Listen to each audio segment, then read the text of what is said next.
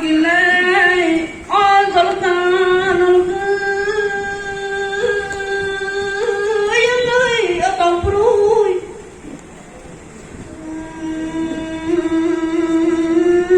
oyaba biyang may bagay senang may kalangga tongkor senam no ojini yapa hapungo hatay di mabay di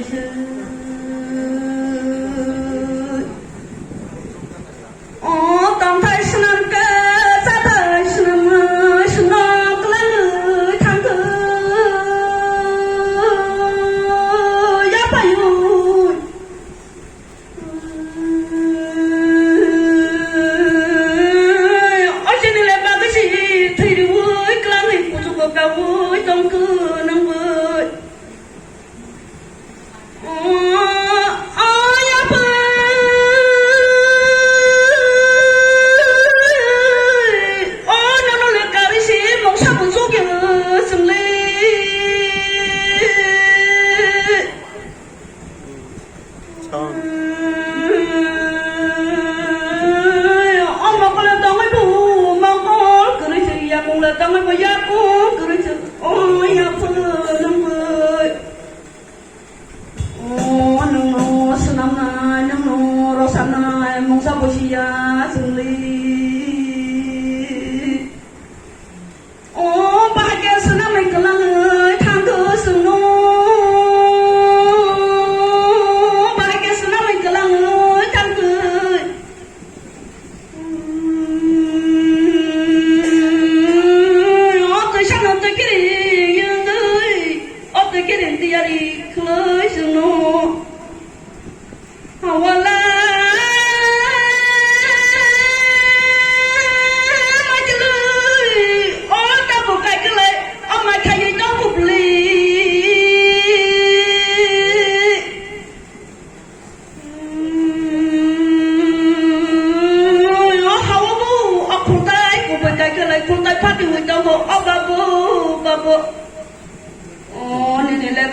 Siri baikono ya pare kalang tiri tabogo tongko niniko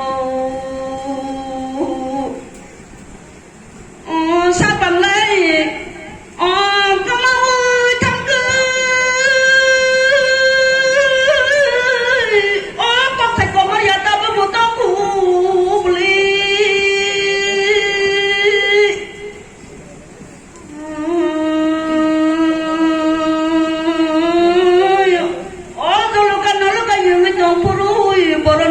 Wajini tong kanyo suna may kelang tangge ya paba oh hapungo hata tema tishabai bahagia senam langka nubula yang mana mani nubu yang kiri mani ya payu bahagia senam may kelang tangge sunu nadi senang kelang pujo de sabar bang somaya zarok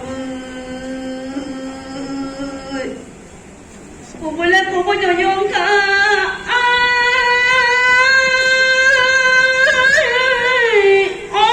ko pujo senang kelang ta potong ko beli ya hona jangan otak